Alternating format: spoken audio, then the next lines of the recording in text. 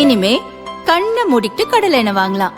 ஏன்னா மந்த்ரா கடலை எண்ணெய் இதயத்தின் தயாரிப்பு. வறுக்க பொரிக்க ஏன் எல்லா சமையலுக்கும் மந்த்ரா தான். மந்த்ரா கடலை எண்ணெய், அபார ருசி, ஆரோக்கியமான உடல் நலம்.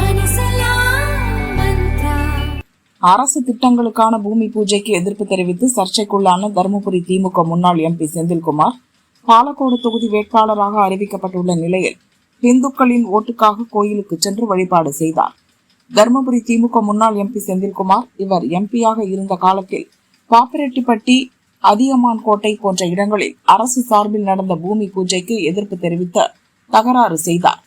பின் கிறிஸ்தவர்கள் இஸ்லாமியர்களை அழைத்து வாருங்கள் என பேசி பூமி பூஜையை இழிவுபடுத்தினார். இதற்கு திமுகவினரே சில இடங்களில் நேரடியாக எதிர்ப்பு தெரிவித்தனர்.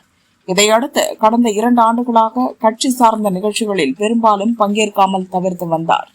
இந்நிலையில் இந்த தேர்தலில் பாலக்கோடு தொகுதி திமுக வேட்பாளராக அவர் அறிவிக்கப்பட்டு பிரச்சாரம் மேற்கொண்டு வருகிறார்.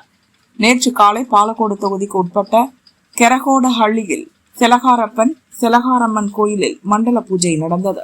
இதில் திமுக மாநில வர்த்தக அணி செயலர் தர்மசெல்வன், வேட்பாளர் செந்தில்குமார் உட்பட திமுக நிர்வாகிகள் பலர் கோயிலுக்கு சென்றனர். கோயிலில் செந்தில்குமார் பயபக்தியுடன் சுவாமியை வழிபாடு செய்து நெற்றியில் பொட்டு வைத்துக் கொண்டார். தற்போது சட்டசபை தேர்தலில் போட்டியிடுவதால் இந்துக்களின் ஓட்டுகளை பெற வேறு வழியின்றி கோயிலில் சரணடைந்து சுவாமி தரிசனம் செய்து வருகிறார்.